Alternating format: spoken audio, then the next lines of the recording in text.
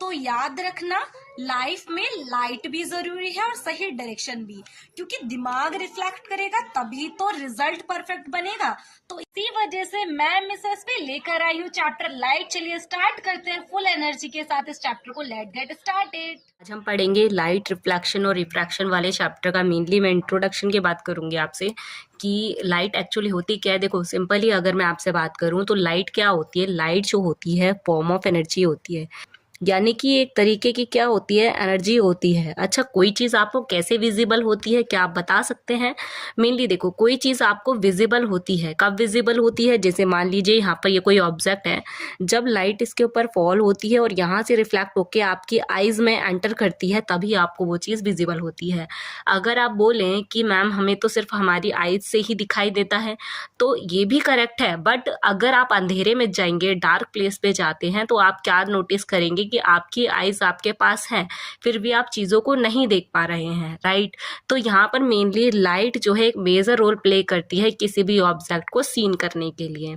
ठीक है, तो आई होप आपको ये क्लियर हो गया होगा। नेक्स्ट चलते हैं हम यहाँ पर, रिफ्लेक्शन एक्चुअली होता क्या है। सबसे पहले हम समझते हैं रिफ्लेक्शन को, देन उसके बाद हम समझेंगे रिफ्रैक्शन को। देखो, जब एक कोई मिरर होता है, अब ज़रूरी नहीं है सिर्फ मिरर ही हो, वहाँ पर कोई भी साइनी सरफेस आप अपने अकॉर्डिंग ले सकते हैं।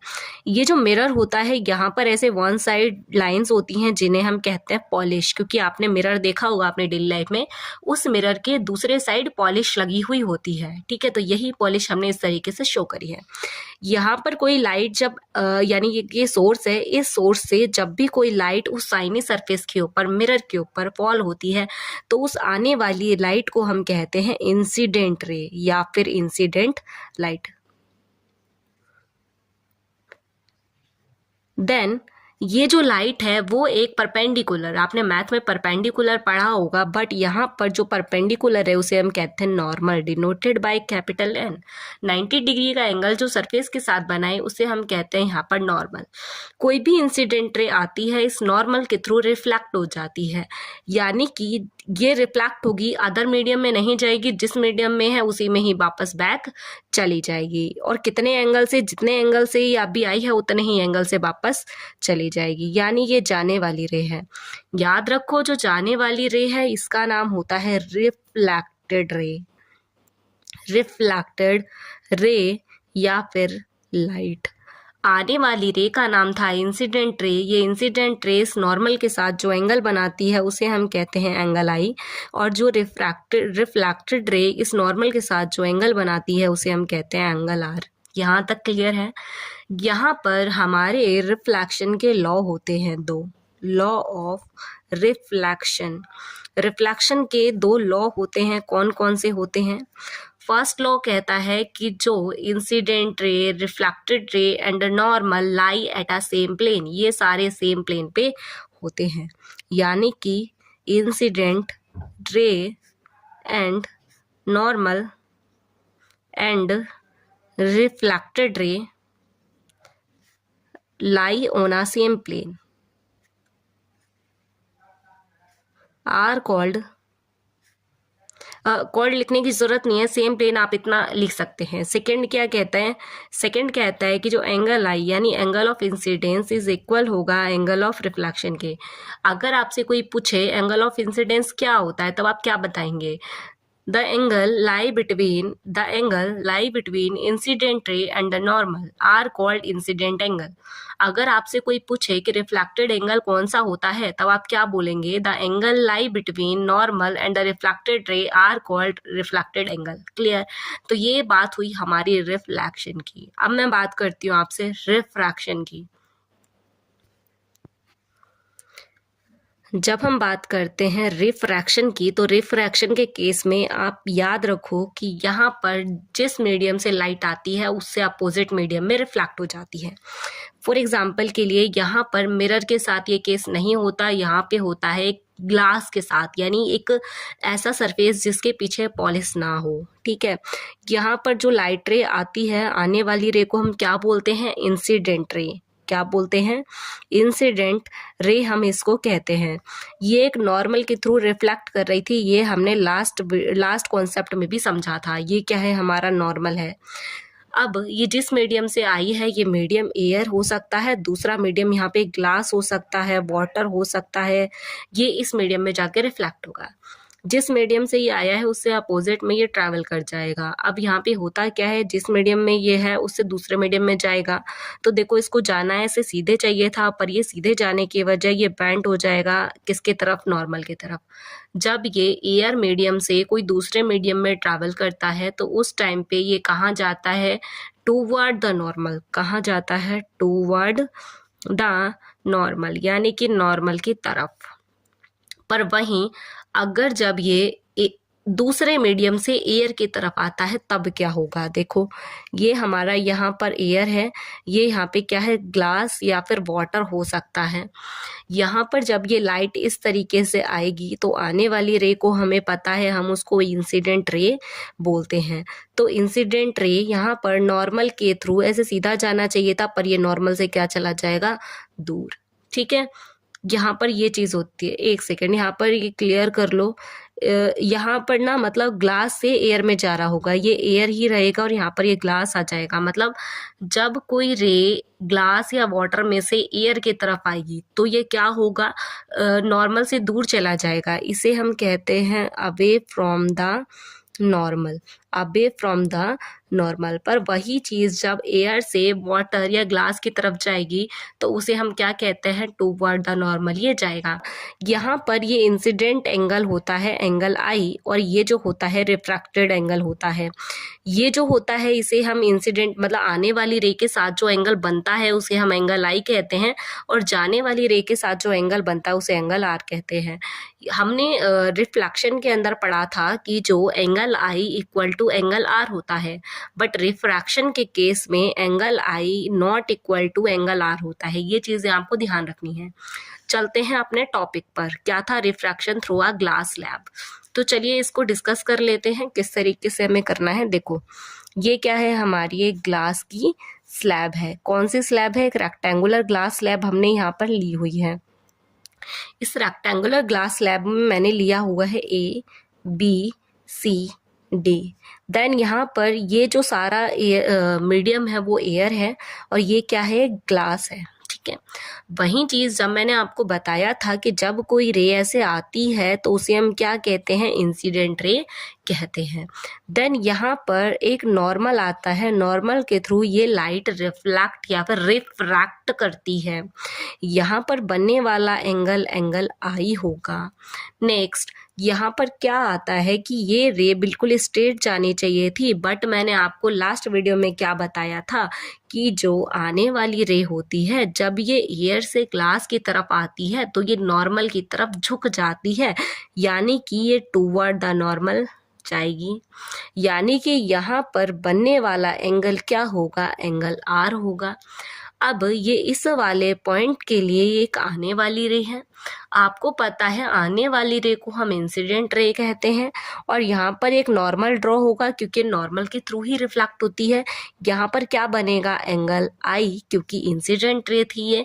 देन ये रे कुछ इस टाइप से जानी चाहिए थी, पर आपको पता है कि ये ग्लास से एयर में आ रहा है, यानी कि ये नॉर्मल से दूर चला जाएगा। यहाँ पर जो एंगल बनेगा वो एंगल आर होगा। यहाँ आप I1 और इसको I2, इसको R1 और इसको R2 कह सकते हैं। यहाँ पर ये दोनों लाइनें कैसी हो जाती हैं, पैरेलल हो जाती हैं, और पैरेलल लाइनें कभी आपस में मीट नहीं करती। तो यहीं पर ही हमारा एक लॉ फॉलो होता है जिसे हम कहते हैं स्नेल्स लॉ। स्नेल्स लॉ क्या होता है, साइन आई अपॉन में साइन आर। साइन आई यहाँ पर एक एंगल है, साइन आर भी यहाँ पर एक एंगल है। मोस्ट इम्पॉर्टेंट, कई बार आपसे पूछ लिया जाता है स्नेल्स लॉ क्या होता है। ठीक है, तो ये हुआ refraction through a glass slab. एक और चीज़ मैं आपको क्लियर कर देती हूँ, रिफ्लेक्शन के अंदर, यानी कि रिफ्लेक्शन में अगर कोई रे आके रिफ्लेक्ट करती है तो उसे रिफ्लेक्टेड रे कहते हैं, और वही चीज़ जब रिफ्रैक्शन के केस में कोई रे आके रिफ्लेक्ट करती है तो उसे कहते हैं रिफ्रैक्टेड रिफ्लेक्टेड रे, याद रखना है आपको ये दोनों कॉन्सेप्ट। तो स्फेरिकल मिरर एक्चुअली होता क्या है, तो चलिए इस चीज़ को कॉन्सेप्ट को क्लियर करते हैं कि आखिर में ये होता क्या है। तो देखो यहाँ पर एक ऐसे करके एक मिरर होता है, पूरा एक स्फीयर, ठीक है। स्फीयर का मतलब समझते हैं आप लोग क्या होता है। स्फीयर और सर्कल में फर्क देखो, स्फीयर होता है एक 3D, ठीक है, यानी कि लाइक अ बॉल, उसे स्फीयर कहते हैं। वहीं अगर मैं बात करूं आपसे सर्कल, सर्कल आपने चूड़ी देखी होगी, उसे हम क्या कहते हैं, उसे कहते हैं सर्कल, राइट, 2D। अब देखो अगर ये सर्कल है, अगर हम इसमें ऐसे बाहर के साइड से इसको क्या कर दें, पॉलिश कर दें। मैंने आपको लास्ट वीडियो में बताया था कि हमारा कोई भी मिरर होता है तो उसके बाहर क्या होती है, पॉलिश होती है, ठीक है। इसके बाहर क्या होती है, पॉलिश होती है। और अगर ये स्पेयर है तो आपको बहुत अच्छे से पता होगा इसके बीच में एक सेंटर भी होगा। क्या होगा, एक सेंटर भी होगा। सेंटर होगा तो इसका एक डायामीटर भी होगा, एक डायामीटर होगा तो इसकी कोई ना कोई एक रेडियस भी होगी। और वही सारी चीजों को यहाँ पे चलिए क्लियर करते हैं। ये एक हमारा स्फेरिकल मिरर है। स्फेरिकल से आप समझ गए, एक बॉल जैसा होगा दिखने में। अब देखो यहाँ पर हमने इसको बाहर से पॉलिश करा है, नेक्स्ट केस भी बताऊंगी मैं आपको, बट फिलहाल याद रखो हमने इसको बाहर से पॉलिश करा है। इसका एक सेंटर भी होगा, उस सेंटर को हम कहते हैं centre of curvature, denoted by capital C। क्या कहते हैं, सेंटर ऑफ कर्वेचर। मैं यहाँ पे लिख देती हूँ centre of curvature, right. Then इसके बाद यहाँ पर एक होता है प्रेजेंट, इसे कहते हैं पोल। क्या कहते हैं इसको, पोल कहते हैं। ये जो लाइन मैंने ड्रॉ करी थी सर डायामीटर के फॉर्म में, इसे हम कहते हैं प्रिंसिपल एक्सिस, प्रिंसिपल एक्सिस। यहाँ पर जितनी भी ये सारी चीज़ें होती हैं, पोल, सेंटर ऑफ कर्वेचर और बाकी सारी चीज़ें। अच्छा, यहाँ पर पोल और सेंटर ऑफ कर्वेचर में एक चीज़ लाई करती है जिसे हम कहते हैं focus, denoted by capital F। यानी कि इसमें पोल, फोकस और सेंटर ऑफ कर्वेचर ये सभी प्रिंसिपल एक्सिस पे लाई करते हैं। क्लियर हो गई होंगे सारी चीज़ें। क्या क्या चीज़ें याद रखनी है, स्फेरिकल मिरर, स्फेरिकल मिरर के अंदर एक सेंटर ऑफ कर्वेचर होता है, एक फोकस होता है, एक क्या होता है, पोल होता है। और जिसके ऊपर ये सारी चीज़ें होती हैं उसे हम क्या कहते हैं, प्रिंसिपल एक्सिस कहते हैं, राइट। अब यहाँ पर देखो इन चीज़ों को, जो ये होता है यानी पोल से लेके सेंटर ऑफ कर्वेचर तक की डिस्टेंस, जिसे हम क्या कहते हैं, रेडियस कहते हैं। अगर आपको दिया गया है कि रेडियस जो है 10 है, रेडियस कितनी है, 10 सेंटीमीटर दी हुई है, तो फोकल लेंथ कितनी होगी। तो यहाँ पर आप लोग ध्यान रखो कि जो रेडियस होती है ना, उसकी हाफ फोकल लेंथ होती है, यानी ये भी फोकल लेंथ है, ये भी फोकल लेंथ है, यानी कि जो रेडियस होगी वो 2f के बराबर होगी। अगर आपसे बोला जाए कि रेडियस 10 है तो f की वैल्यू कितनी होगी, क्योंकि 2f मैंने अभी बताया था आपको, ये डिवाइडेड बाय कितना हो जाएगा, ये आएगा आपका आंसर, मतलब यहाँ से इसको क्रॉस कर देंगे तो 5 आ जाएगा, यानी f की वैल्यू कितने आ जाएगी, 5। यानी रेडियस जो होती है वो फोकल लेंथ का डबल आपका होता है। अगर आप इसको बाहर से पॉलिश कर रहे हैं और यहाँ से आप इसको कट कर दें तो उस टाइम पे जो एक मिरर बनेगा, अब यहाँ पे मैं आपको मिरर का केस भी बता देती हूँ। नॉर्मल मिरर्स कौन कौन से होते हैं, क्या है यहाँ पे, टाइप्स ऑफ मिरर, कितने टाइप के मिरर होते हैं। जब लेंस पढ़ेंगे तो लेंस के केस में मैं आपको लेंस वाला कॉन्सेप्ट बता दूंगी, बट अभी यहाँ पर हम पढ़ रहे हैं सिर्फ टाइप्स ऑफ मिरर के बारे में। तो देखो जरा मिरर कितने टाइप के होते हैं। एक अगर मिरर आपने लिया है, वो मिरर अगर जैसे ये मिरर है आपका, और ये जो मिरर है अगर इधर के साइड से पॉलिश हो रखा है और आप इधर से इसको देख रहे हैं तो ये केव जैसा दिखेगा आपको, गुफा जैसा। केव मतलब क्या होता है, गुफा होता है, तो उसी से इसका नाम रिलेट कर लो, कौन, केव, ठीक है। नेक्स्ट क्या है, अगर ये इस टाइप से है और आपने इसको यहाँ से पॉलिश कर रखा है और आप इसको यहाँ से देख रहे हैं तो उस टाइम पे ये केव नहीं है, क्योंकि आप यहाँ से देख रहे हैं तो ऊपर उठा हुआ लग रहा है, तो इसे क्या बोलेंगे, कॉन्वेक्स बोल देंगे, उससे अपोजिट, ठीक है। और अभी जो हमने पढ़ा था ये कौन सा मिरर था, ये था आपका स्फेरिकल मिरर। और ये जो स्फेरिकल मिरर देखो बाहर से पॉलिश है, आप यहाँ से देख रहे हो अंदर से केव जैसा दिख रहा है, इसका मतलब ये क्या है, कॉनकेव लेंस, कॉनकेव मिरर बनेगा इसको कट करेंगे तो। और अगर इसी बॉल को आप अंदर से पॉलिश करके उसके बाद कट करेंगे तो ये कौन सा मिरर बन जाएगा, इसको आप कमेंट में बताइएगा, ठीक है। आई होप आपको यहाँ पे स्फेरिकल मिरर और टाइप्स ऑफ मिरर के कॉन्सेप्ट क्लियर हो गए होंगे। इस वीडियो में हम समझेंगे रे डायग्राम्स के बारे में। हमारा फर्स्ट रे डायग्राम होता है कि ऑब्जेक्ट कहाँ पे है, इन्फिनिटी पे है। जब ऑब्जेक्ट इन्फिनिटी पे होता है, ये हमारा कॉनकेव मिरर है, ये आपको बहुत अच्छे से पता होगा। लास्ट वीडियो में ही मैंने आपको डिस्कस करा था कॉनकेव मिरर और कॉन्वेक्स मिरर के बारे में कि कैसे बनाएंगे। कॉन्वेक्स लेंस और कॉनकेव लेंस के बारे में भी मैं आपको बता चुकी हूँ। इसके अंदर क्या होता है, ये हमारा लेंस है, देन यहाँ पर इस तरीके से इसका एक डायग्राम बनता है। ये यहाँ पे प्रेजेंट होता है पोल, ये होता है आपका फोकस, देन ये होता है सेंटर ऑफ कर्वेचर।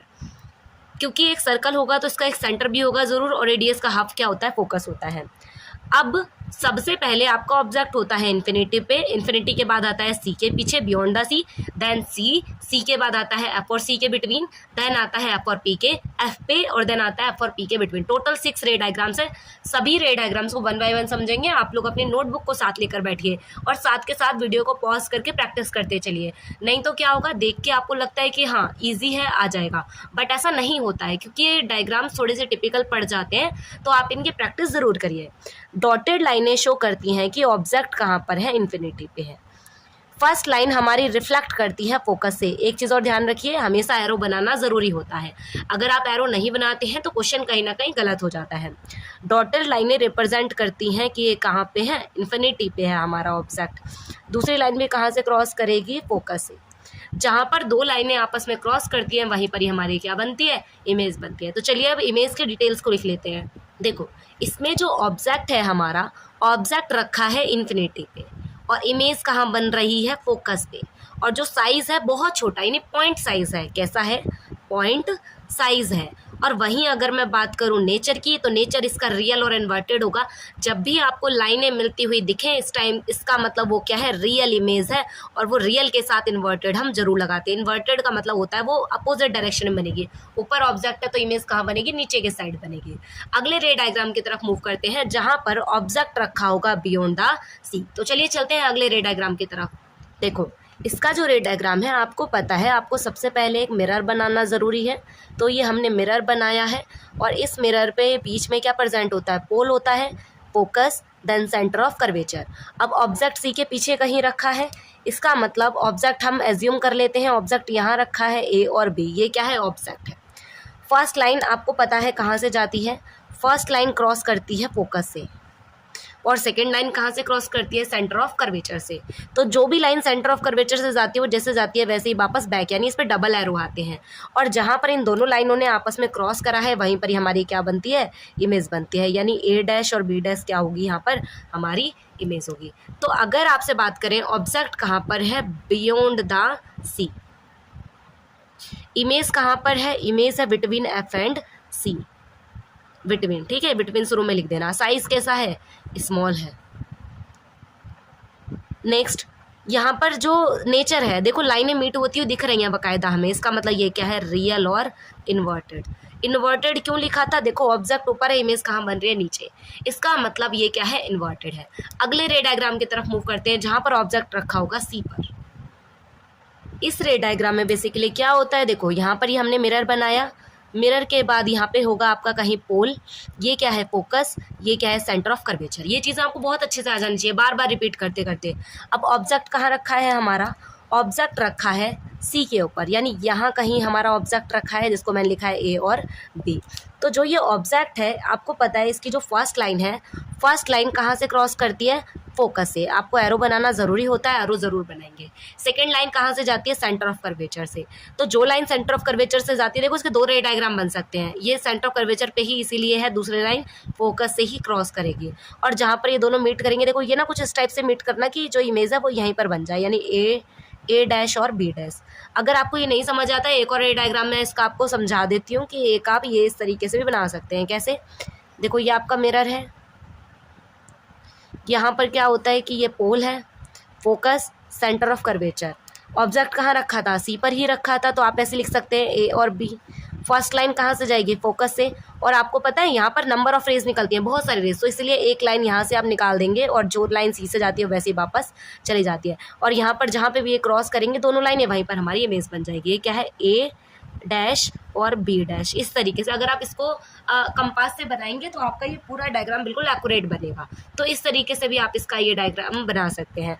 तो चलो, ऑब्जेक्ट कहाँ पर है इसका, focus, sorry, centre of curvature पे, इमेज भी सी पर ही बन रही है। साइज़ क्या है, बिल्कुल सेम होगा, साइज़ क्या होगा, सेम होगा। और नेचर कैसा होगा, लाइनें मीट होती हुई दिख रही है, इसका मतलब क्या है, रियल और इन्वर्टेड है। नेक्स्ट अगले रे डायग्राम की तरफ चलते हैं, जो कि हमारा 4th रे डायग्राम। देखो नेक्स्ट है हमारा ऑब्जेक्ट कहाँ पर है, एफ और सी के बिटवीन। यहाँ पर पोल है इस जगह पर, ये फोकस है, ये सेंटर ऑफ कर्वेचर है। ऑब्जेक्ट कहाँ रखा है, एफ और सी के बिटवीन रखा है, यानी यहाँ कहीं रखा होगा। जो फर्स्ट लाइन जाती है इसे हम बोल सकते हैं ए और बी। देन ऑब्जेक्ट जो है हमारा, पहली लाइन कहाँ से जाती है, फोकस से जाती है। क्यों जाती है? क्योंकि कन्वर्जिंग मिरर है, ठीक है। और सेकंड लाइन कहाँ से जाती है? सेंटर ऑफ कर्वेचर से। तो सेंटर ऑफ कर्वेचर से जो सेकंड लाइन जाएगी, आप देखो रहे हो यहाँ पे गैप ज़्यादा है, यहाँ पे गैप कम है। तो ये दोनों जहाँ पर भी मीट करेंगी ना, इनको देख लो ये कहाँ पे मीट कर रही हैं। ऑलमोस्ट ये सी के पीछे ही कहीं पर मीट करेंगे। और जहाँ पर ये दोनों आपस में मीट कर रहे होंगे ना, जैसे यहाँ पर ये मीट कर रहे हैं, तो यहाँ पर ही आपकी क्या बन जाएगी? इमेज बन जाएगी। यानी कि ए डैश और बी डैश, कोशिश करो जिस जगह पर आपने ए लिखा है उसी लाइन पे आप ए डैश लिखो, ठीक है। ए डैश और बी डैश ये क्या हो जाएगी? हमारी इमेज। अब आप मेरे को बताओ ऑब्जेक्ट कहाँ पर है? Between F and C. Image कहाँ पर बनी है? Beyond the C. मैं इसके लास्ट में आपको ट्रिक भी बताऊंगी कैसे आप इजीली लर्न रख सकते हैं कि ऑब्जेक्ट यहाँ है तो इमेज कहाँ बनेगी। साइज कैसा है? लार्ज है, क्योंकि देखो ऑब्जेक्ट यहाँ पर है और इमेज इतनी दूर है, वो भी हाइट देखो इसकी। और नेचर क्या है इसका? रियल और इन्वर्टेड, ठीक है। नेक्स्ट रे डायग्राम की तरफ मूव करते हैं, जिसमें ऑब्जेक्ट होगा फोकस पे। देखो इसमें आपको ये चीज़ें तो बहुत अच्छे से आ जानी चाहिए। Pole, focus, centre of curvature. Object कहाँ रखा है? फोकस पर ही रखा है। यानी कि ऑब्जेक्ट जब फोकस पर ही रखा है, यहाँ कहीं हमारा ऑब्जेक्ट होगा, जिसको मैं क्या लिख रही हूँ? ए और बी लिख रही हूँ। तो यहाँ पर जो फर्स्ट लाइन होगी वो कहाँ से जाएगी? आपको पता है फर्स्ट लाइन कहाँ से जाती है? फोकस से जाती है। इसको प्रॉपर फोकस से ही भेजना है आपको। और सेकंड लाइन कहाँ से जाएगी? सेंटर ऑफ कर्वेचर से। और आपको पता है जो लाइन सेंटर ऑफ कर्वेचर से जाती है उस पर डबल एरो आते हैं। यहाँ पे भी देखो मैंने पिछले रे डायग्राम में एरो नहीं मार्क करे, तो आप इनको एरो को ज़रूर मार्क करें। बिना एरो के क्वेश्चन आपका क्रॉस हो सकता है, तो एरो ज़रूर मार्क करें। अब ये पैरेलल लाइनें हैं, आपको पता है पैरेलल लाइनें कभी आपस में मीट नहीं करती। इसका मतलब इमेज कहाँ बनेगी? इन्फिनिटी पे बनेगी। तो ऑब्जेक्ट कहाँ पर है? फोकस पे। इमेज कहाँ पे है? बनेगी इन्फिनिटी पे। साइज कैसा है? इन लार्ज, यानी बहुत बड़ा साइज है इसका इमेज का। और नेचर कैसा होगा इसका? रियल और इन्वर्टेड, ठीक है। डॉटेड लाइनें शो करिए, इधर कहीं इमेज बनेगी पर बहुत दूर, ठीक है। तो इस टाइप से, क्योंकि कहीं ना कहीं तो मीट करेंगी ना लाइनें, इसीलिए हमने लिखा है रियल और इन्वर्टेड। अगले रे डायग्राम की तरफ चलो, जो कि 6 और सबसे यूनिक रे डायग्राम है, बाकी सभी से अलग है ये रे डायग्राम। यहाँ पर है हमारा पोल, देन यहाँ है हमारा फोकस, देन यहाँ है सेंटर ऑफ कर्वेचर। ऑब्जेक्ट कहाँ रखा है? पी और एफ के बिटवीन रखा है, यानी ए और बी ये क्या है? हमारा ऑब्जेक्ट। अब यहाँ पर ध्यान रखने वाली बात क्या है कि जब ऑब्जेक्ट एफ और पी के बिटवीन होता है, आपको मैंने बताया है इतनी बार कि हमेशा पहली लाइन कहाँ से जाती है? फोकस से। पर अब ये लाइन देखो ऑब्जेक्ट के फोकस के आगे ऑब्जेक्ट रखा है, इसका मतलब लाइन कहाँ से रिफ्लेक्ट करेगी? पोल से, ठीक है। लाइन कहाँ से रिफ्लेक्ट करेगी? पोल से। और सेकंड लाइन कहाँ से जाएगी? सेंटर ऑफ कर्वेचर से। ही तो हम हमेशा ही करते थे, तो कोई भी ये गलती ना करे कि दूसरी लाइन फोकस से भेजो, नहीं, सेकंड लाइन जाएगी सेंटर ऑफ कर्वेचर से। अब आप देख रहे हैं यहाँ पे गैप है ज़्यादा, तो यहाँ तो लाइन मीट नहीं कर सकती। लाइन कहाँ मीट करेंगे? इस साइड। और जहाँ ये लाइन मीट करेंगे वहीं पर ही क्या बन जाएगी? इमेज। यानी कहाँ बनेगी इमेज? ए डैश और बी डैश। अब इनको लिखना शुरू करो। ऑब्जेक्ट कहाँ पर है? Between P and F. Image कहाँ बन रही है? मिरर के दूसरे साइड, यानी कि बियॉन्ड द मिरर। और वहीं अगर हम बात करें साइज कैसा होगा? साइज लार्ज ही होगा। और नेचर कैसा होगा? देखो लाइनें मीट होती हो नहीं दिख रही हैं, डॉटेड दिख रही हैं, इसका मतलब ये क्या है? वर्चुअल और इरेक्ट। क्लियर? तो ये चीज़ें रहेंगी।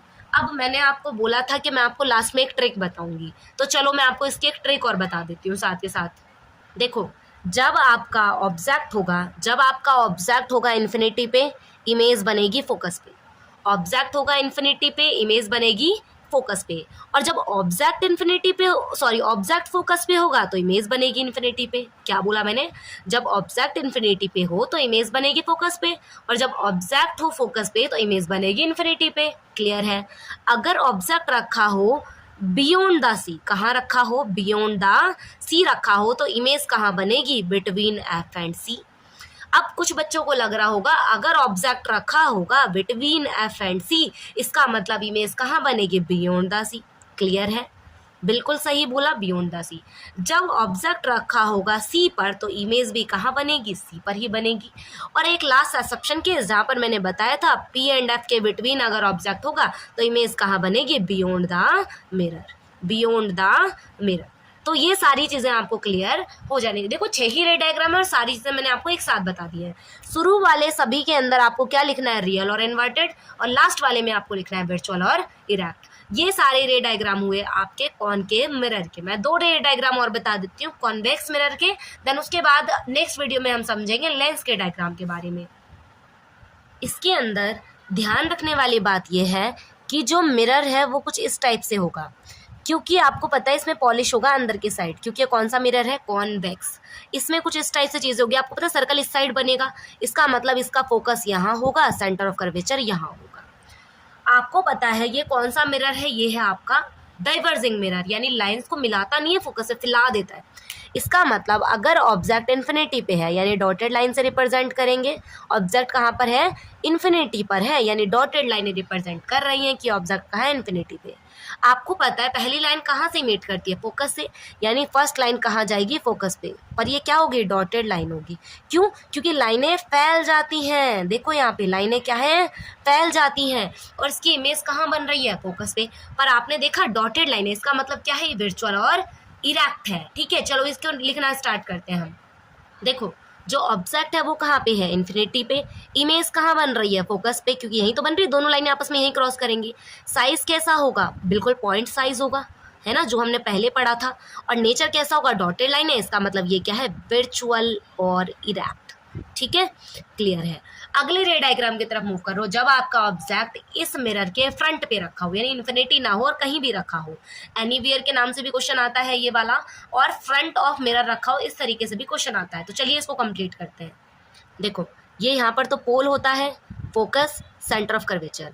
अब ऑब्जेक्ट फॉर एग्जाम्पल के लिए सपोज कर लो कि ऑब्जेक्ट रखा हुआ है कहाँ पर, ऑब्जेक्ट मान लो यहाँ रखा हुआ है फ्रंट पे, इसे हम बोलते हैं ए और बी। अब आपको एक चीज़ बहुत अच्छे से पता होगा कि फर्स्ट लाइन कहाँ से जाती है, फोकस से, यानी कि आपको पता है मिलेंगी तो है नहीं, डॉटेड लाइन है, इसका मतलब ये लाइन कहाँ जाएगी, पीछे जाएगी। और सेकंड लाइन कहाँ से जाती है, सेंटर ऑफ कर्वेचर से, इसका मतलब सेकंड लाइन को यहाँ सेंटर ऑफ कर्वेचर से जाना होगा, यानी जो सेंटर ऑफ कर्वेचर से ऐसे लाइन जाएगी।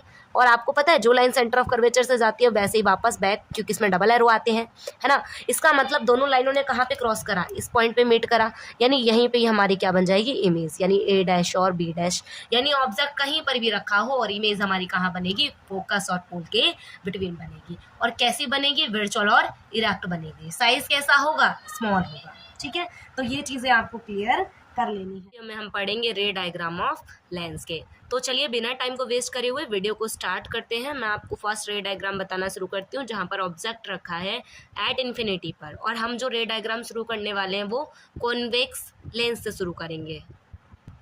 ये हमारा फर्स्ट रे डायग्राम है जिसमें ऑब्जेक्ट कहाँ पर है, इन्फिनिटी पे है। जब ऑब्जेक्ट हमारा इन्फिनिटी पे होता है तो उस टाइम पर क्या रहेगा, देखो ऑब्जेक्ट अगर इन्फिनिटी पे है तो आपको पता है ये क्या है, कौन सा लेंस है ये है हमारा कॉन्वेक्स लेंस। तो इसमें ऐसे बीच में ऐसे करके लाइन बनाते हैं आप, और ये क्या होता है, हमारा प्रिंसिपल एक्सिस होता है, ये होता है यहाँ पे ओरिजिन, ये होता है यहाँ पर फोकस। देखो ये एक सर्कल है, इसको मैं फर्स्ट सर्कल मान ले रही हूँ, यानी ये F1 पहला फोकस है, और जो सेंटर ऑफ कर्वेचर है इसको हम सेकंड F ले लेते हैं, 2F। ठीक है, पर ये पहला सर्कल था इसलिए मैंने दोनों में 1 लगा दिया है। ये मेरा सेकेंड सर्कल होगा, इसलिए इसके अंदर जो F होगा वो होगा F2, और जो दूसरा F होगा वो 2F होगा, इसलिए मैंने आगे दोनों के सबके आगे 2 लगा दिया है आगे। ठीक है, इस तरीके से होगा। अब ऑब्जेक्ट कहाँ रखा हुआ है, इन्फिनिटी पे, दैट मीन्स डॉटेड लाइनें क्या रिप्रेजेंट कर रही हैं, ऑब्जेक्ट कहाँ पर है, इन्फिनिटी पर। ठीक है, डॉटेड लाइनें रिप्रेजेंट कर रही हैं ऑब्जेक्ट कहाँ पर है, इन्फिनिटी पर। अब ये कौन सा लेंस है, ये कन्वर्जिंग लेंस है, इसका मतलब सारी लाइट को ये कहाँ मिला देगा, फोकस पे। यानी फर्स्ट लाइन कहाँ पे मीट करेगी, फोकस पे, और सेकंड भी कहाँ पे मीट करेगी, फोकस पे, यानी इमेज कहाँ बनेगी, फोकस पे। क्योंकि दो लाइनें आपस में जहाँ पे भी मीट करती है वहीं हमारी क्या बनती है, इमेज बनती है। तो देखो ऑब्जेक्ट कहाँ पर है, एट इन्फिनिटी, इमेज कहाँ पर है, एट फोकस पर। साइज कैसा है, सेम वही चीज़ें लिखनी है आप पिछले वाले जैसी, पॉइंट साइज। और नेचर कैसा है, देखो लाइनें मीट हो रही हैं, इसका मतलब क्या है, ये रियल और इन्वर्टेड। ठीक है, चलो अगले रे डायग्राम की तरफ मूव करते हैं। कभी आपको ये जो फोकस है यानी 2F1 वो C1 और C2 के फॉर्म में भी दिखता है। ठीक है, आपको F2 और 2F2 लिख लेना है। अब ऑब्जेक्ट कहाँ रखा है, 2F2 के पीछे, इसका मतलब ऑब्जेक्ट कहाँ पे रखा होगा, इमेजिन करो ऑब्जेक्ट रखा होगा यहाँ कहीं, मैंने इसको लिख लिया है A और B। फर्स्ट लाइन आपको पता है कहाँ से जाती है, फर्स्ट लाइन जो जाएगी वो मीट करेगी फोकस पे, और सेकेंड लाइन जो जाएगी ना वो पहले कहाँ से जाती थी, सेंटर ऑफ कर्वेचर से मिरर वाले केस में, पर यहाँ पे कहाँ से जाएगी, ओरिजिन से। यानी जो ओरिजिन से ये लाइन जब जाएगी तो ये मीट करेगी कहाँ पर, इन दोनों के बिटवीन। तो जहाँ पर भी इसने क्रॉस करा है, देखो ये एरो मार्क कर लेना, एरो मार्क करने ज़रूरी है। जहाँ पर भी इन्होंने दोनों ने क्रॉस करा है वहीं पर क्या बन जाएगी, इमेज। यानी कि ए डैश और बी डैश हमारी इमेज यहाँ पे फॉर्म हो जाएगी। आप सारा डेटा लिख सकते हैं कि ऑब्जेक्ट कहाँ है, ऑब्जेक्ट है आपका इमेज। देखो ये रहेगा कि ऑब्जेक्ट कहाँ है, 2f2 के बियॉन्ड, इमेज कहाँ बन रही है, f2 और 2f2 के बिटवीन, और साइज कैसा है, स्मॉल, और जो नेचर कैसा है वो क्या होगा, रियल और इन्वर्टेड। आई होप आपको ये चीज़ें क्लियर हो रही होंगी। नेक्स्ट रे डायग्राम की तरफ मूव करते हैं, जहाँ पर ऑब्जेक्ट रखा है 2f1 के ऊपर, और ये ऐसा वही है सी जैसा। जब ऑब्जेक्ट हमारा सी पर रखा होता था तो इमेज भी कहाँ बनती थी, सी पर ही। तो कैसे भी करके आपको जो ऑब्जेक्ट की लाइन है वो यहाँ पर ही कहीं मीट करनी है। तो चलो देखते हैं उस रे डायग्राम को। देखो इसमें ऑब्जेक्ट कहाँ रखा है, 2f1 पर रखा है, यानी ए और बी ऑब्जेक्ट यहाँ पर है। फर्स्ट लाइन कहाँ से जाती है, आपको पता है जो फर्स्ट लाइन जाएगी वो कहाँ से जाएगी, फोकस से, यानी f2 से। मेन फोकस इसका ये वाला है। और सेकंड लाइन कहाँ से जाएगी, ओरिजिन से। जहाँ पे ये देखो कहीं यहाँ कहीं हमें मीट करनी, तो मैंने पहले ही डॉट लगा लिया है। अब इसको कैसे भी करके आप इस जगह पर ऐसे करके मीट कर दो। अब यहीं पर ही हमारी क्या बनेगी, और इसमें एरो मार्क करने आपको ज़रूरी है। और यहाँ हमारी क्या बनेगी, इमेज। यानी मैं यहाँ पे लिख सकती हूँ ए डैश और बी डैश क्या है, हमारी इमेज। यानी ऑब्जेक्ट कहाँ पे है, 2f1 पे, इमेज कहाँ बनी, 2f2 पे। साइज कैसा है, बिल्कुल सेम होगा। नेचर कैसा है, रियल और इन्वर्टेड, क्योंकि लाइनें मीट होती हुई दिख रही हैं। अगले रे डायग्राम की तरफ मूव करते हैं, जहाँ पर ऑब्जेक्ट रखा होगा f1 और 2f1 के बिटवीन। देखो यहाँ पर जो ऑब्जेक्ट है वो कहाँ पे रखा है, इसके बिटवीन, यानी यहाँ रखा होगा। मैं इसको लिख देती हूँ ए और बी, ये हमारा ऑब्जेक्ट है। अगर ऑब्जेक्ट यहाँ पर है तो पहली लाइन कहाँ से जाती है, आपको पता है पहली लाइन जाती है फोकस से, यानी फर्स्ट लाइन फोकस से जाएगी। और सेकंड लाइन कहाँ से जाती है, सेंटर ऑफ कर्वेचर से, सॉरी ओरिजिन से। ओरिजिन से जाएगी तो ये लाइन ना आपको कहीं इसके पीछे मीट करनी होगी। आपको पता है ना, जब f1 और f2 के बीच, यानी f और c के बीच ऑब्जेक्ट रखा होता तो इमेज कहाँ बनती थी, बियॉन्ड द सी, यानी इसके कहीं दूर बनेगी। तो इसको ऐसे करके आपको मीट करना है कि कहीं दूर जाके मीटो, यानी यहाँ कहीं पर क्या बन जाएगी हमारी इमेज, यानी ए डैश और बी डैश क्या है यहाँ पर, इमेज। और ऑब्जेक्ट कहाँ पर है, बिटवीन f1 और 2f1 के बिटवीन, और इमेज कहाँ बनेगी, 2f2 के बियॉन्ड। साइज कैसा होगा, लार्ज होगा, क्योंकि यहाँ के कंपैरिजन में देख रहे हो यहाँ पर गैप ज़्यादा है। और नेचर कैसा होगा, रियल और इन्वर्टेड। नेक्स्ट फिफ्थ रे डायग्राम की तरफ चलते हैं, जिसमें ऑब्जेक्ट रखा होगा कहाँ पर, f1 पर। ठीक है, तो चलो इसको शुरू करते हैं। देखो इस रे डायग्राम में क्या होगा, ऑब्जेक्ट कहाँ पर रखा है, 2f1 के पे रखा है। यहाँ पर ऑब्जेक्ट है, यानी ए और बी ये ऑब्जेक्ट है। फर्स्ट लाइन कहाँ से जाएगी, फर्स्ट लाइन जाएगी आपके फोकस से क्रॉस करके, और सेकंड लाइन कहाँ से जाएगी, ओरिजिन से। तो जो सेकंड लाइन जाएगी ये दोनों लाइनें आपस में पैरेलल होंगी। क्यों, क्योंकि आपको पता है आपने लास्ट डायग्राम में पढ़ा था, मतलब पिछले वाले मिरर वाले में, कि जब ऑब्जेक्ट फोकस पे हो, देखो ऑब्जेक्ट इन्फिनिटी पे है तो इमेज बनेगी फोकस पे, और जब ऑब्जेक्ट फोकस पे रखा हो तो इमेज कहाँ बनेगी, इन्फिनिटी, यानी कि इमेज कहाँ बनेगी, इन्फिनिटी पे। तो ऑब्जेक्ट कहाँ है, एट f1, इमेज कहाँ बनेगी, इन्फिनिटी, और साइज कैसा होगा, लार्ज, और नेचर कैसा होगा, रियल और इन्वर्टेड। और यहाँ पर आपको डॉटेड लाइन शो कर देनी, क्योंकि डॉटेड लाइनें रिप्रेजेंट करती हैं कि इमेज कहाँ बनेगी, इन्फिनिटी पे। चलो लास्ट रे डायग्राम्स को और समझ लेते हैं। तो देखो यहाँ पे क्या है कि जो ऑब्जेक्ट है वो कहाँ पे रखा है, यहाँ रखा है, यानी ए और बी।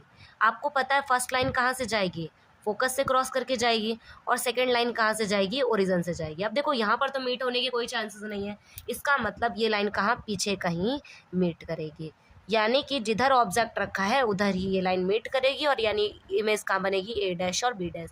जहाँ पे ऑब्जेक्ट है वहीं पर ही। तो मैंने यहाँ पे क्या लिखा है, ऑब्जेक्ट कहाँ पर है, ओ और f1 के बिटवीन, इमेज कहाँ बनी है, सेम साइड ऑफ ऑब्जेक्ट जहाँ पर ऑब्जेक्ट है। साइज कैसा होगा, लार्ज होगा, और नेचर कैसा होगा, वर्चुअल और इरेक्ट। इसके जो कॉनकेव लेंस है उसके और दो रे डायग्राम में बता देती हूँ, उसके बाद ये वीडियो लेक्चर हमारा कंप्लीट हो जाएगा। देखो जब आप पढ़ते हैं कॉनकेव लेंस के रे डायग्राम्स तो आपको पता है यहाँ पर कुछ इस टाइप का आपको लेंस बनाना होता है। देन बाकी सारी चीज़ें बिल्कुल सेम है। ये होता है ओरिजिन, ये होता है f1, ये होता है 2f1, ये होता है f2, और ये क्या होता है 2f2 होता है। अब ऑब्जेक्ट कहाँ रखा है, ऑब्जेक्ट रखा है इन्फिनिटी। इसका मतलब डॉटेड लाइनें रिप्रेजेंट करेंगी कि ऑब्जेक्ट कहाँ रखा है, इन्फिनिटी पे रखा है। ठीक है, ये इन्फिनिटी का साइन बना दिया हमने। अब ये कौन सा लेंस है, ये है डाइवर्जिंग। इसका मतलब लाइनें पहले कहाँ मीट करती हैं, फोकस पे। इसका मतलब ये लाइनें यहाँ पर ऐसे करके मीट करेंगे, क्योंकि ये कैसा लेंस है, क्योंकि जब ये लाइन पीछे आई थी तो ये ऐसे करके फैल जाएगी, ठीक है। जब ये लाइन पीछे गई ऐसे करके फैल जाएगी, क्योंकि ये फैलने वाला लेंस है, ठीक है। ये डाइवर्जिंग लेंस है, इस वजह से। अब देखो डॉटेड लाइनें शो हो रही हैं, डार्क तो नहीं है, इसका मतलब इमेज कैसी है, वर्चुअल और इरैप्ट, यानी नेचर कैसा होगा, वर्चुअल और इरैप्ट। और इमेज कहाँ बनी, फोकस पे, ऑब्जेक्ट कहाँ है, इन्फिनिटी पे, साइज कैसा है, पॉइंट साइज। अब आगे हमारे जितने भी बचे हुए टॉपिक हैं उनको कंप्लीट कर लेते हैं।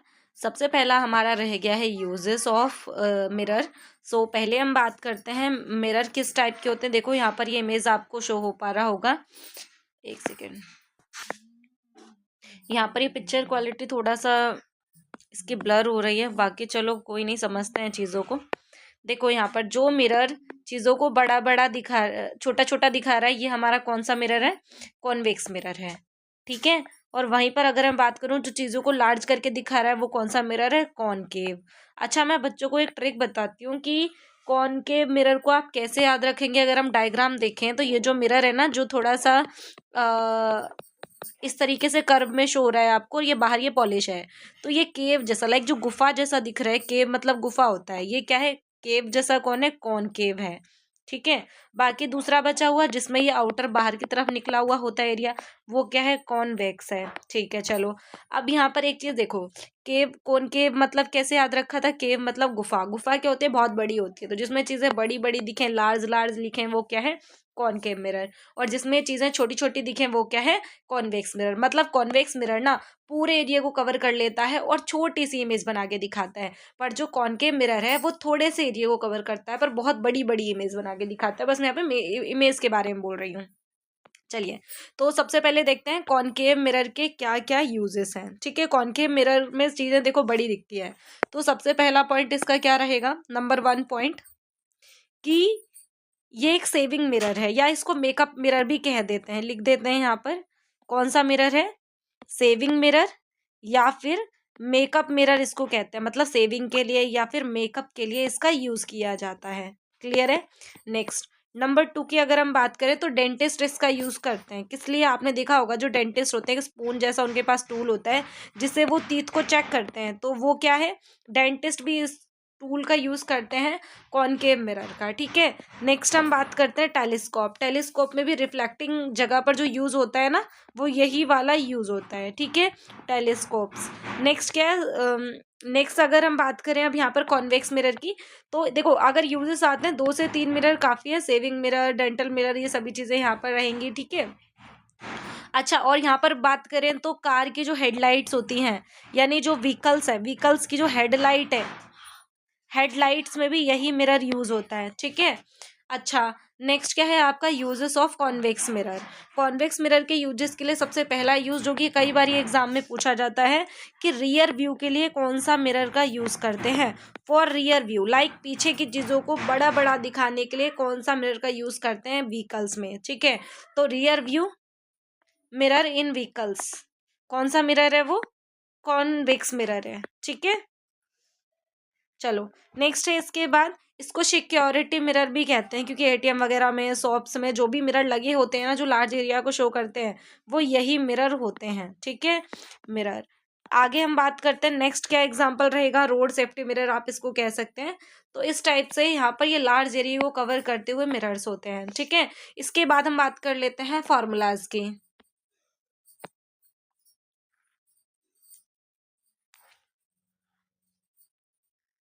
यस, अगर हम यहाँ पर बात करें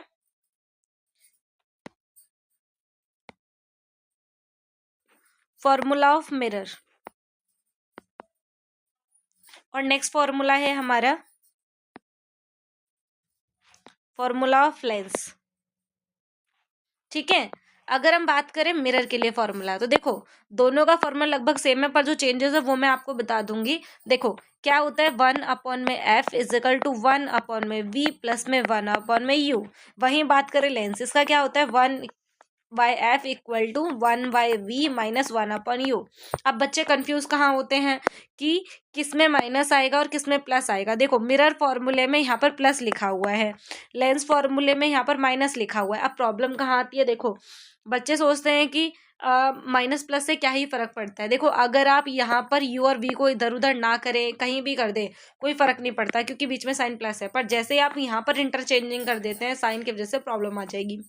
अब देखो आपको पता है मैं हर टॉपिक में आपको रिलेटिंग टिप्स देती हूँ कि कैसे आप चीज़ों को याद रख सकते हैं। देखो यहाँ पर ऐसे याद रखो, जो लेंस है, लेंस वाले में हमें ये तो पता रहेगा कि माइनस है, ऐसे सब्सट्रैक्ट याद रख लो, लास्ट में एस लिखा है दैट मीन सब्सट्रैक्ट। ओके, अब ये कैसे याद रखेंगे कि पहले वी आएगा देन यू आएगा। देखो मिरर का यूज हम किस लिए करते हैं, काफी सारे बच्चे रिस्पॉन्स करेंगे मैम मिरर का यूज तो हम व्यू के लिए करते हैं, देखने के लिए करते हैं।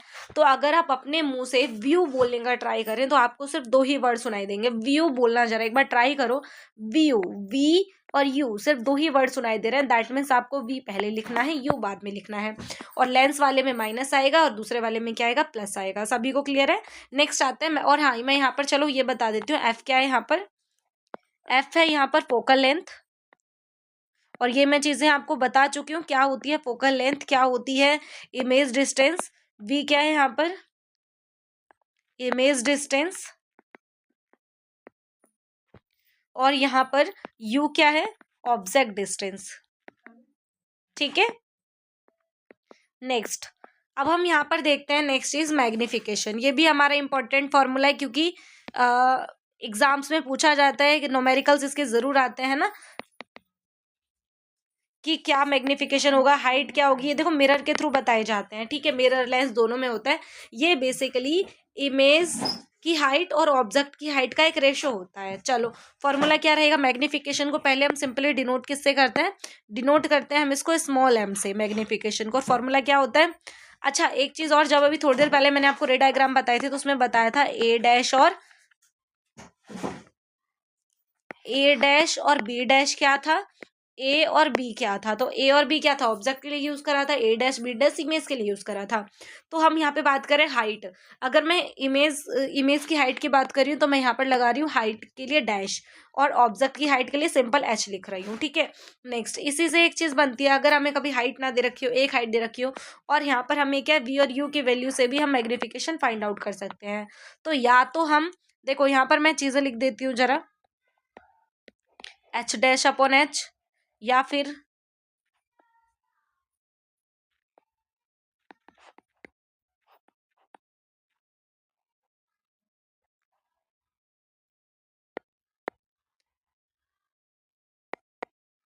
देखो या तो हम इन तीनों फॉर्मूले का यूज करके मैग्निफिकेशन निकालते हैं, हाइट निकालते हैं, कभी हमें सिर्फ हाइट निकालनी है तो हम क्या करते हैं एच डैश और H is equal to minus V upon U, इससे भी हाइट निकाल सकते हैं, यहाँ से मैग्निफिकेशन आएगा, यहाँ से भी मैग्निफिकेशन आएगा।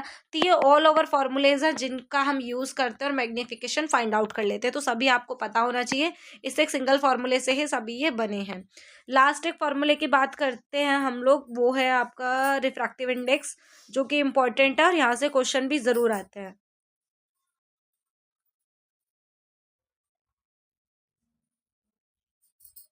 देखो बेसिकली जो मैंने आपको रेक्टेंगुलर स्लैब वाला कॉन्सेप्ट बताया था वहीं पर ही आपका रिफ्रैक्टिव इंडेक्स वाला फॉर्मूला अप्लाई होता है। तो चलो पहले हेडिंग डाल लो फटाफट, रिफ्रैक्टिव इंडेक्स। ठीक है, क्या होगा फॉर्मूला, इसमें आपको पता है लाइट फर्स्ट मीडियम से सेकंड मीडियम में ट्रैवल करती है ना।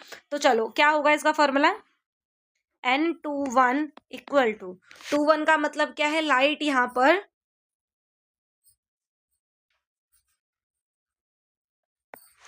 ये यहाँ पर दिखा रहा है कि सेकेंड मीडियम में लाइट जा रही है, लाइक पहले फर्स्ट मीडियम में उसके बाद सेकेंड मीडियम में। तो फॉर्मूला हमारा क्या रहने वाला है यहाँ पर, speed of light in medium one. Next हम देखें क्या होगा, speed of light in medium 2, और यहाँ पर क्या है v1 और v2, लाइक ये क्या है स्पीड है, ठीक है। इसी को मतलब स्पीड ऑफ लाइट मीडियम 1 को v1 और speed of light in medium 2 को हम v2 लिख सकते हैं, ठीक है। कभी कभार क्या होता है मीडियम 1 अगर कुछ भी नहीं है, ठीक है, जैसे कि फॉर एग्जाम्पल ये ग्लास है, ग्लास के अंदर लाइट ऐसे करके एंटर हो रही है, उसके बाद ये क्या कर रही है बाहर निकल रही है, तो ये पहला मीडियम जो है कुछ भी नहीं है। सेकंड मीडियम अगर ग्लास है तो ग्लास का हमें रिफ्रैक्टिव इंडेक्स कभी कभार गिवन होता है, या हमें कुछ वैल्यूज लर्न करनी होती है। एनसीईआरटी की बुक में पूरा टेबल बना हुआ है, तो ये टेबल आपको पता होना चाहिए। मैं शो कर देती हूँ आपको टेबल। देखिए क्लास, ये है आपका टेबल, तो इसमें कुछ वैल्यूज आपको जो दी हुई हैं कि आपको पता होनी चाहिए। और जब कुछ भी नहीं है मीडियम, तो आप जो है स्पीड ऑफ लाइट लेकर चल सकते हैं। स्पीड ऑफ लाइट जो है वैक्यूम में, लाइक उसको सी से रिप्रेजेंट करते हैं, ये होती है 3 × 10⁸ मीटर पर सेकेंड, ठीक है। ये आपकी स्पीड रहेगी कहाँ पर, नॉर्मल वैक्यूम में स्पीड ऑफ लाइट, तो ये आपको पता होना चाहिए। अगर आपको नहीं दिया है तो हम स्पीड ऑफ लाइट जो ये लेंगे, और जो भी जिस भी मतलब सब्सटेंस में लाइट ट्रैवल कर रही है, जो मीडियम आपका सेकेंड है या फिर जिससे भी लाइट निकल के आ रही है, वो कोई मीडियम है इनमें से कोई एक, तो वो आपको यहाँ से चेक कर लेना है, ठीक है। वैल्यूज यहाँ से देख सकते हैं। मेनली जो यहाँ पे इंपॉर्टेंट है वो मैं कुछ मार्क कर देती हूँ। एक तो आपका डायमंड से क्वेश्चन दिखता है ज़्यादातर, रूबी से क्वेश्चन दिख सकता है। यहाँ पर अल्कोहल और कैरोसिन वाले, वाटर का तो फिक्स आपको पता ही होना चाहिए, अगर वाटर में ही जाता है ना लाइट, तो ये चीज़ें आपको पता होना चाहिए। हमारा नेक्स्ट और इम्पॉर्टेंट टॉपिक है पावर ऑफ लेंस। तो क्या होता है पावर ऑफ लेंस, ये एबिलिटी होती है हमारे लेंस की, किस चीज़ की, टू कन्वर्स और डाइवर्स लाइट रे, जो कि डिपेंड करती है फोकल लेंथ पे, इसी को हम कहते हैं पावर ऑफ लेंस। और इसका फॉर्मूला क्या होता है बेसिकली पावर ऑफ लेंस का, P = 1/f, दैट मीन्स ये फोकल लेंथ का रेसिप्रोकल होता है देखा जाए तो पावर ऑफ लेंस। और इसकी जो SI यूनिट है वो और लिख लो साथ में, क्योंकि SI यूनिट सारी इंपॉर्टेंट है। SI यूनिट जो होती है इसकी डायोप्टर होती है, DIOPTRE, डायोप्टर। कुछ लोग क्या करते हैं ई को पहले लिख देते हैं आर को बाद में, तो ये कंफ्यूजिंग रहता है, थोड़ा याद रखना आप इसको, ठीक है। अब मैं बात कर लेती हूँ 1 डायोप्टर कितना होता है। तो यहाँ पर जो है 1 डायोप्टर जो है 1 मीटर इनवर्स के बराबर होता है, ठीक है। और एक चीज़ और इम्पॉर्टेंट आपके लिए क्या आ रही है कि अगर हम बात करते हैं कॉन्वेक्स लेंस, और ये बेसिकली मिरर के लिए नहीं है, सिर्फ लेंस के लिए है। कॉन्वेक्स लेंस के लिए पावर ऑफ लेंस की वैल्यू आती है पॉजिटिव, ठीक है। और वहीं पर अगर हम बात करें कौन सा lens, concave lens, concave lens के लिए हमारी पावर ऑफ लेंस की वैल्यू आती है नेगेटिव, ठीक है। ये आपको थोड़ा सा याद रखना है। इसी के साथ ही लेक्चर फिनिश होता है। और आई होप सो आपको वीडियो हेल्पफुल लगा हो, और ऐसे ही इंटरेस्टिंग वीडियो के लिए चैनल को सब्सक्राइब करें, बेल आइकन को क्लिक करें, ताकि नेक्स्ट वीडियो का नोटिफिकेशन तुरंत ही मिल जाए। Thank you so much watching this video.